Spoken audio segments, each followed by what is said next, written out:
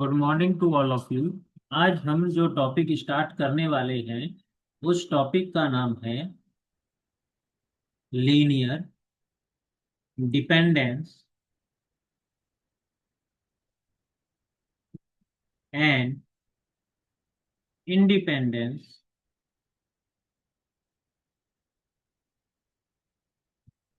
Of vectors. ठीक है, बहुत आसान टॉपिक है ये आज का। इसको हम आज स्टडी करने वाले हैं। इसको समझने की कोशिश करते हैं। तो सबसे पहले इसके फॉर्मूले मैं यहाँ पर लिख देता हूँ। लीनियर डिपेंडेंस को मैं पूरे लेक्चर में पूरा वर्ड ना लिख करके इसको मैं डिनोट करूंगा एल डी से। ठीक है, तो कहीं भी एल डी लिखा होगा तो आप समझ जाना कि linearly dependence, dependent, linearly dependent या लीनियर डिपेंडेंस। और लीनियर इंडिपेंडेंस, तो अगर मुझे यहाँ पर डिनोट करूंगा एल आई से। एल आई मतलब लीनियरली इंडिपेंडेंस। ठीक है, एल आई मतलब लीनियरली इंडिपेंडेंस। तो फॉर्मूला क्या है हमारा? जो इस पे फॉर्मूला है हमारा, let A be a matrix,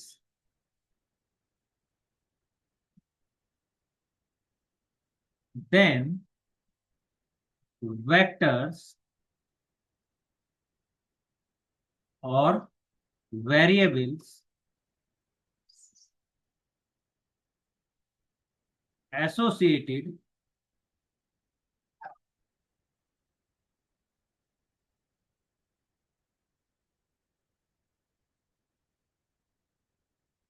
to A is. ठीक है, ए से एसोसिएटेड जो वेक्टर्स हैं, फॉर्मूला उनका है linearly independent if and only if. I F F मतलब if and only if rank of A equal to number of unknowns और number of rows और नंबर ऑफ वेक्टर्स। ठीक है, इनमें से कुछ भी हो सकता है, कोई भी एक सेटिस्फाई करे तो हम कहेंगे हमारा सेट लीनियरली इंडिपेंडेंट है। इसके अलावा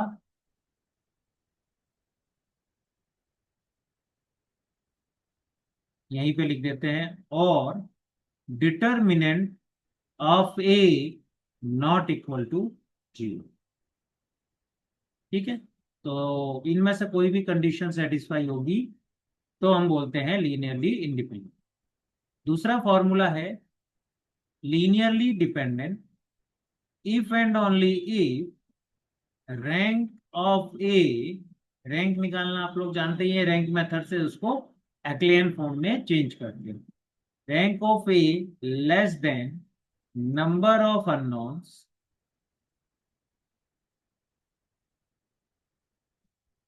और नंबर ऑफ रोज और नंबर ऑफ वेक्टर्स और determinant of A is equal to zero. ठीक है, अगर डिटर्मिनेंट ए जीरो होगा तो हम लीनियरली डिपेंडेंट कहेंगे, या फिर ए की रैंक अननोन से कम होगी तो भी हम कहेंगे लीनियरली डिपेंडेंट। तो ये हमारा फॉर्मूला होगी। अब इस पर बेस्ड क्वेश्चन करते हैं, समझ गए ना? रैंक अगर अननोन के इक्वल है तो इंडिपेंडेंट और कम है तो डिपेंडेंट। ये हमारे फॉर्मूले हैं। अब एक क्वेश्चन करते हैं हम, जिससे कि हमें समझ में आ जाए कि एक्चुअल में इसको कैसे करते हैं।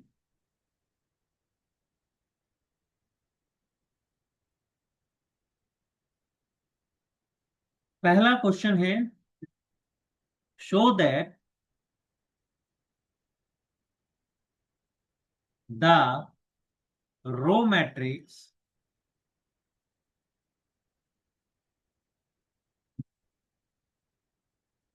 1 2 -2 -1 3 0 0 -2 1 आर लीनियरली इंडिपेंडेंट। ठीक है, ये आपका यूपीटीयू में 2009 में क्वेश्चन आया है। तो करने का तरीका बहुत आसान। सबसे पहले इस मैट्रिक्स को आप मान लो ए मैट्रिक्स, और इसमें ये मैट्रिक्स लिख दो। और उसके बाद आप क्या करेंगे, इसमें इसको एक्लेहन फॉर्म में चेंज करके इसका रैंक निकालेंगे। तो एक्लेहन फॉर्म में चेंज करने के लिए क्या चाहिए हमें, सबसे पहला पाइवोट एलिमेंट। वो कैसे मिलेगा, पहली रो का नॉन जीरो एलिमेंट, वो जो कि ये है। अब इसकी हेल्प से यहाँ पर जीरो बनाना है, यहाँ पे जीरो बनाना है, यहाँ पहले से बना हुआ है तो सिर्फ हमें यहाँ पर बनाना है। तो चलिए देखते हैं कैसे बनाते हैं। हमें R2 में चेंज चाहिए। क्या चेंज चाहिए, R2 plus R1। R1 as it is 1 2 -2, ये 0 5 -2 0 -2 1। तो हमारा काम हो गया, इस पाइवोट एलिमेंट के नीचे जीरो बन गए। अब नेक्स्ट क्या करते हैं हम, हम नेक्स्ट पाइवोट एलिमेंट ढूंढते हैं। नेक्स्ट पाइवोट एलिमेंट क्या होगा, नेक्स्ट रो का non zero element. Next row second row है, सेकेंड रो का नॉन जीरो एलिमेंट हो गया ये। अब हम इस कोशिश करेंगे इसको 1 बनाने की। क्यों, सिर्फ कैलकुलेशन आसान करने की।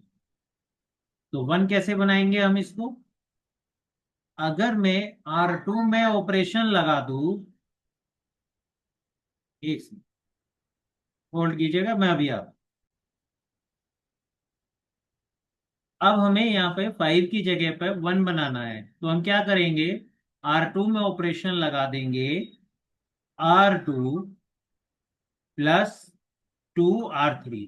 तो अब आप देखो किस तरीके से यहाँ पर 1 बन जाता है। R2 में कर रहे हैं तो फर्स्ट और थर्ड रो तो एज इट इज आ जाएगी, सेकेंड रो में ही चेंज होगी। तो हमें क्या करना है, R2 में ऐड करनी है थर्ड रो को 2 से मल्टीप्लाई करके। ठीक है, इसको 2 से मल्टीप्लाई किया 0, और इसमें ऐड किया तो 0, तो यहाँ पर भी 0 आ गया। इसको 2 से मल्टीप्लाई किया तो ये आ गया -4, इसके साथ ऐड किया तो हमारे पास आ गया 1। इसको 2 से मल्टीप्लाई किया तो आ गया 2, और इसको इसके साथ हमने ऐड कर दिया तो यहाँ पर हमारे पास आ गया 0। ठीक है, तो इस तरीके से ये हमारे पास ये मैट्रिक्स बन गया। इस पाइवोट एलिमेंट की जगह हमारे पास 1 आ गया। ये हमारा पाइवोट एलिमेंट है जो कि 1 बन गया। अब इसकी हेल्प से हम यहाँ पर 0 बनाएंगे। ठीक है,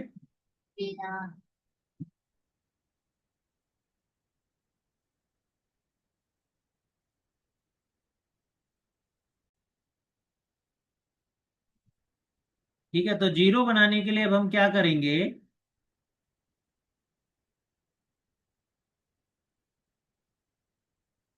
जीरो बनाने के लिए अब हमें R3 में ऑपरेशन लगाना है, R3 प्लस 2 R2। तो first row as it is, second row as it is. अब सेकेंड रो में 2 से मल्टीप्लाई करके 3 में ऐड करना है। इसमें 2 से मल्टीप्लाई करी तो 0, और इसको इसके साथ ऐड किया तो 0। इसको 2 से मल्टीप्लाई करी तो 2, इसको इसके साथ ऐड किया तो 0। इसको 2 से मल्टीप्लाई करी तो 0, और इसको इसके साथ ऐड किया तो 1।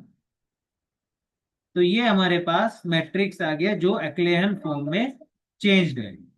अब एक्लेहन फॉर्म में चेंज्ड है, तो यहाँ पर हम निकाल सकते हैं rank of A. Rank of A is equal to कितना होता है, number of non zero rows. Number of non zero rows equal to है यहाँ पर 3, और इसमें नंबर ऑफ रोज कितनी है। ठीक है, अब यहाँ क्या है, यहाँ पर rank of A equal to आ गया 3, क्योंकि यहाँ पर number of non zero rows हैं 3। अब आप देखो, number of rows, number of rows कहाँ देखनी है, जो क्वेश्चन में मैट्रिक्स दिया है आपके पास। क्वेश्चन में जो ये मैट्रिक्स दिया है, इसमें कितनी रोज हैं, 3 रोज हैं। तो हमें वही यहाँ पर लिखनी है, यहां से देख करके नहीं लिखनी, हमें वहां से देख करके लिखनी है। तो हमारे पास यहाँ से क्या निकल के आ गया, हमारे पास आ गया कि rank of A is equal to number of rows. तो दैट मीन्स हम कह सकते हैं, given system is linearly independent. Answer, ये हमारा क्वेश्चन पूरा हो गया। तो इसी तरीके से बाकी सारे क्वेश्चंस भी होंगे, इस वाले में कुछ भी स्पेशल इस टॉपिक में ऐसा नहीं है।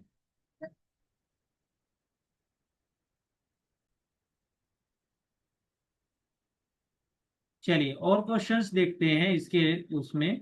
अ, वैसे तो ये आसान है, आप कर ही लेंगे, लेकिन 2-3 क्वेश्चंस और कर देता हूं, जिससे कि आपको ये पूरी तरीके से क्लियर हो जाए। अगला क्वेश्चन है, फाइंड वेदर फॉलोइंग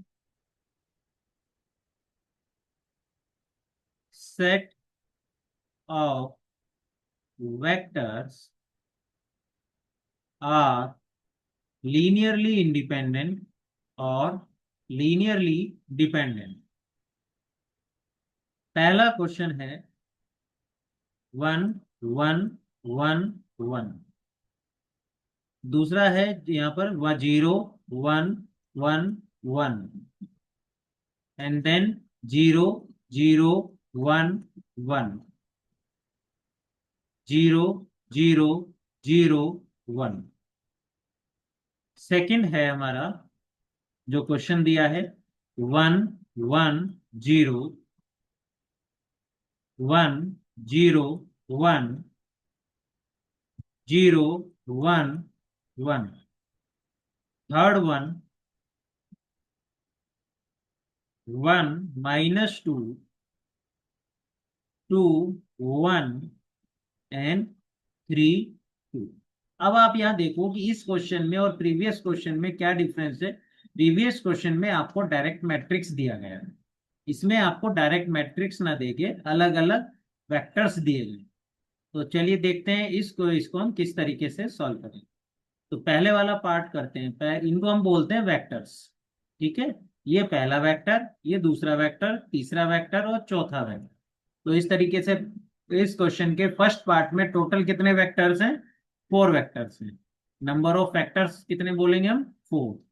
तो एक मैट्रिक्स बनाना है अब हमें ए मैट्रिक्स बनाने के लिए हमें इसमें इन वेक्टर्स को सब्स्टिट्यूट करना है।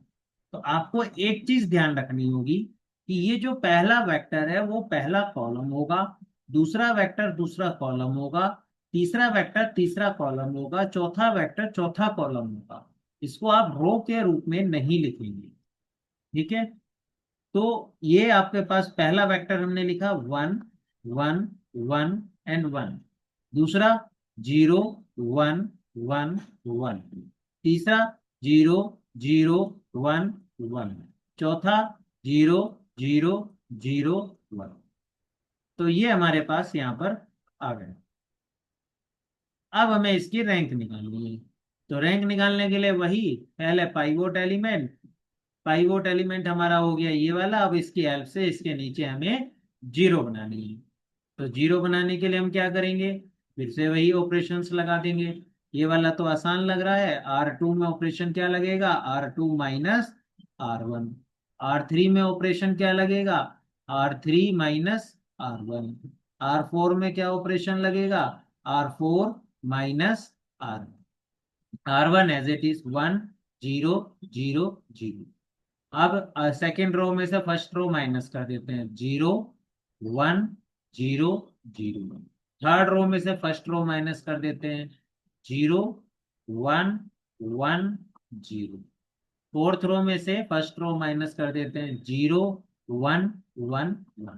तो हमारे पाइवोट एलिमेंट के नीचे सब जगह जीरो बन गए। अब हम क्या करेंगे, नेक्स्ट पाइवोट एलिमेंट ढूंढेंगे। नेक्स्ट पाइवोट एलिमेंट क्या होता है, नेक्स्ट रो का नॉन जीरो एलिमेंट, वो क्या है, वो ये है। ठीक है, अब इसके नीचे जीरो बनाएंगे। इसके नीचे जीरो बनाने के लिए हमें क्या करना होगा, R3 में ऑपरेशन लगाना होगा, R3 माइनस R4। R4 में ऑपरेशन लगाना होगा, R4 माइनस R2। ठीक है, R3 और R4 हो गया, यानी R1 और R2 एज इट इज। 1 0 0 0 0 1 0 0।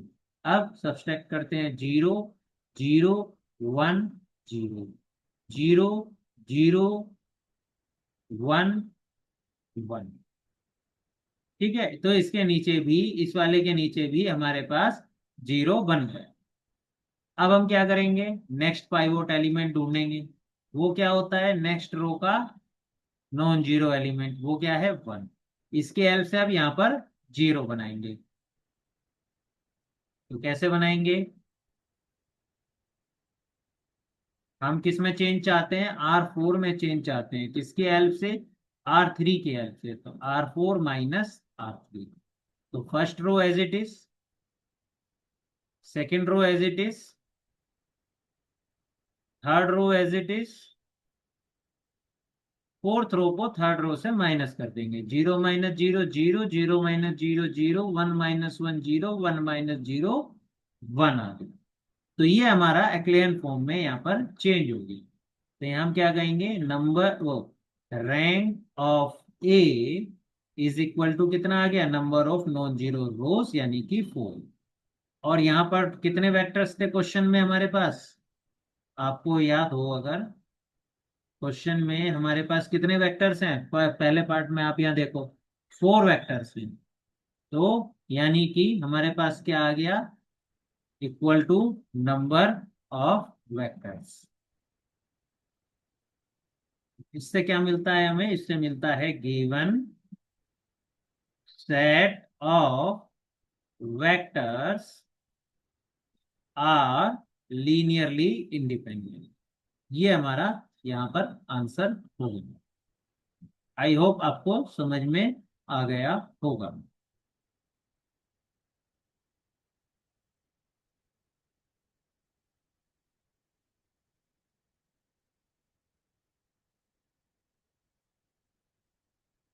अब सेकंड क्वेश्चन करते हैं। सेकंड क्वेश्चन में भी हम वही करेंगे। ए इज इक्वल टू, पहले वेक्टर को पहला कॉलम 1 1 0, दूसरे वेक्टर को दूसरा कॉलम 1 0 1, तीसरे वेक्टर को तीसरा कॉलम। या अब यहाँ पर हमें पैप इसे एक्लेन फॉर्म में चेंज करना है, यानी पाइवोट एलिमेंट ढूंढना होगा। वो क्या होगा, पहली रो का पहला नॉन जीरो एलिमेंट, जो कि ये है। अब इसकी हेल्प से इसके नीचे जीरो बनाना है। इसके नीचे जीरो बनाएंगे तो ऑपरेशन लगाना होगा R2 में, क्योंकि R3 में तो पहले से ही जीरो है। तो R2 माइनस R1, 1 1 0 0 माइनस 1 1 0 1। तो पाइवोट एलिमेंट के नीचे जीरो हो गए। अब हम क्या करेंगे, नेक्स्ट पाइवोट एलिमेंट देखेंगे। नेक्स्ट पाइवोट एलिमेंट कहाँ होता है, नेक्स्ट रो का non zero element. Next row का नॉन जीरो एलिमेंट कौन सा हुआ, ये। अब इसकी हेल्प से नीचे जीरो बनाएंगे। इसकी हेल्प से नीचे जीरो बनाएंगे तो हमें ऑपरेशन लगाना होगा R3 में, कि R3 प्लस R2। जैसे ही ये ऑपरेशन लगाते हैं तो पहली रो तो एज इट इज, दूसरी रो एज इट इज,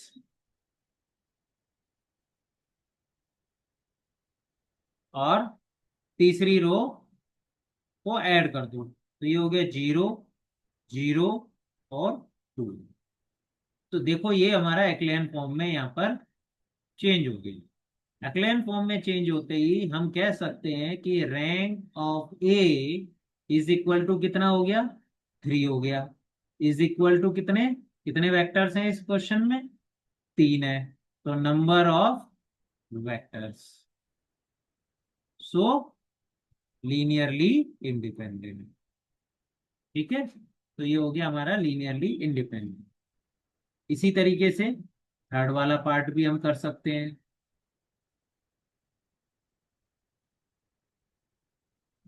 ठीक है, थर्ड वाले पार्ट में क्या है, थर्ड वाले पार्ट में भी हमें मैट्रिक्स ए ही लेना होगा। तो बिल्कुल उसी तरीके से पहला वेक्टर, पहला कॉलम 1 - 2, दूसरा वेक्टर, दूसरा कॉलम, तीसरा वेक्टर, तीसरा कॉलम, ये आपके पास आ गया। इसको भी एक्लेन फॉर्म में चेंज करना है। उसके लिए हमें क्या करना होगा, ये जो हमारा पाइवोट एलिमेंट है इसके नीचे यहाँ पर जीरो बनाना। तो बनाते हैं जीरो। तो ये आपके पास बन गया ये, और यहां पर हम ऑपरेशन लगा देंगे, R2 में आ जाए R2 + 2R1। R1 तो एज इट इज 1 2 3, इसको 2 से मल्टीप्लाई किया 2, और इसके साथ ऐड किया तो 2 + -2 = 0। इसको 2 से मल्टीप्लाई किया तो 4, 1 के साथ ऐड किया इसको तो ये हो गया 5। इसको 2 से मल्टीप्लाई किया तो 6, इसके साथ ऐड किया तो 6 + 2 8 आ गया। तो ये आपके पास 8 हो गई। तो ये हमारा एक्लेन फॉर्म में चेंज होगी। रैंक ऑफ ए क्या है, हो गई नंबर ऑफ नॉन जीरो रोज, वो क्या है 2।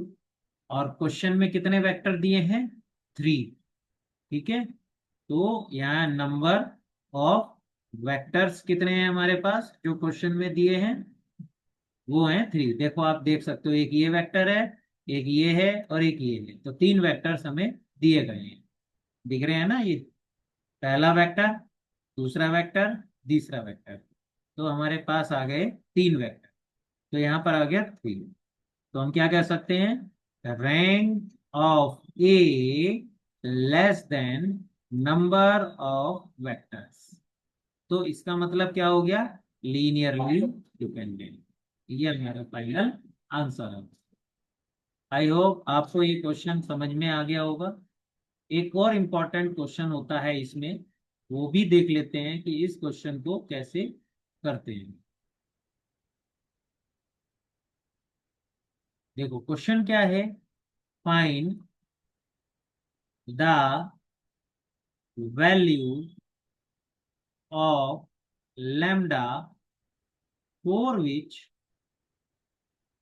Vectors 1 - 2 lambda 2 - 1 5 and 3 - 5 7 lambda are linearly dependent। तो सॉल्यूशन करते हैं इसको। उसने हमें दे दिया कि ये जो वेक्टर्स हैं ये लीनियरली डिपेंडेंट है, और लैम्डा की वैल्यू फाइंड आउट कीजिए। क्वेश्चन समझ में आया, ये जो वेक्टर्स हैं वो लीनियरली डिपेंडेंट हैं, और लैम्डा की वैल्यू फाइंड आउट कीजिए। तो देखिए कैसे करेंगे, given vectors are linearly dependent.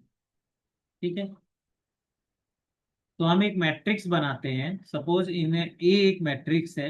Late A is equal to क्या है, पहला वेक्टर, पहला कॉलम 1 - 2 लैम्डा, 2 - 1 5, 3 - 5 7 लैम्डा। ये हमारे पास मैट्रिक्स आ गया। तो लीनियरली डिपेंडेंट का मतलब क्या है, that is determinant of A is equal to 0। ठीक है, तो डिटर्मिनेंट ऑफ ए 0 है, इसका मतलब ये। तो इसका क्या मतलब है यहाँ पर, इसका मतलब ये हुआ, इस डिटर्मिनेंट ऑफ ए का मतलब क्या है, जो डिटर्मिनेंट है हमारा ये 2, sorry 1 2 3 -2 - 1 - 5 lambda 5 7 lambda, that is equal to 0। इसका मतलब हुआ ये। ठीक है, इसका क्या मतलब हुआ, इस डिटर्मिनेंट को ओपन करना आप लोग जानते ही हो। जिस तरीके से भी आप करना चाहो उस तरीके से कर सकते हो। वन, ये करते हैं इस तरीके, जैसे इसकी मल्टीप्लाई माइनस इसकी मल्टीप्लाई, तो उस तरीके से भी आप कर सकते हो। -7 लैम्डा माइनस माइनस +25। ठीक है, डिटर्मिनेंट ओपन करना आप लोग बेसिकली अच्छे से जानते हैं। -14 लैम्डा और minus minus +5 lambda +3 -10 minus minus +lambda is equal to 0। बाद में सॉल्व वॉल्व करोगे तो लैम्डा की वैल्यू यहाँ पर आ जाएगी 5/14। तो ये आपका फाइनल आंसर है। तो देखो कितने आसान क्वेश्चंस यहाँ पर आपके पास हैं। ऐसे क्वेश्चंस एग्जाम में आ जाते हैं शॉर्ट क्वेश्चंस में, और आप इजीली उनको कर जाते हैं। तो आई होप आपको क्लियर हो गया होगा कि जब क्वेश्चन इस तरीके का होता है जिसमें लीनियरली डिपेंडेंट दिया गया होता है आपके पास, तो आपको जस्ट उसमें डिटर्मिनेंट को 0 रखकर लैम्डा की वैल्यू फाइंड आउट करनी है। ठीक है, तो आपको जस्ट लैम्डा की वैल्यू को फाइंड आउट करनी है। और कैसे करना है वो इस तरीके से करना है जो मैंने अभी आपको तरीका बताया है। ठीक है, चलिए और कुछ क्वेश्चंस मैं आपको देता हूँ प्रैक्टिस के लिए, उसको प्रैक्टिस कीजिएगा। कहीं पे डाउट आएगा तो पूछिएगा। पहला क्वेश्चन है, ये आपका एकेटीयू में 2020 में आया था। ठीक है, क्या है question? Show that the column vectors of A equal to 164 0 2 3 0 1 2 are linearly independent. ठीक है, इस क्वेश्चन को आप खुद करेंगे। इसमें क्या होगा, आप जब इसकी रैंक निकालेंगे तो रैंक ऑफ ये 3 आ जाएगी, नंबर ऑफ कॉलम्स या नंबर ऑफ रोज की, तो ये लीनियरली इंडिपेंडेंट हो जाएगा। दूसरा क्वेश्चन आपका जीबीटीयू में 2010 में आया था। क्वेश्चन क्या है? Show that the row vectors of the matrix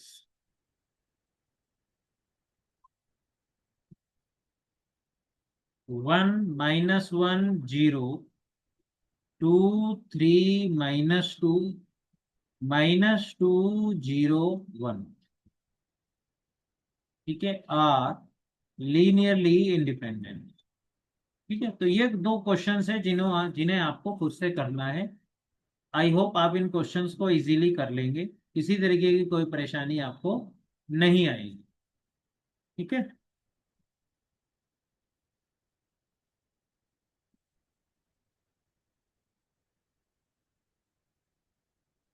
फिर भी आपको किसी तरीके की कोई परेशानी आती है तो ये मेरा फोन नंबर है, व्हाट्सएप नंबर है, इस पर आप अपनी क्वेरी पूछ सकते हैं। किसी भी तरीके की कोई क्वेरी है, आपको समझ नहीं आ रहा है तो कोट करके पूछ सकते हैं। इसके अलावा आप जो वीडियो है इसमें अपलोड करके भी, कमेंट करके भी अपनी क्वेरी पूछ सकते हैं। अगर ये टॉपिक आपको अच्छे से समझ में आ गया हो तो प्लीज़ इस वीडियो को लाइक कीजिएगा, शेयर कीजिएगा और चैनल को सब्सक्राइब कीजिए। Thank you very much.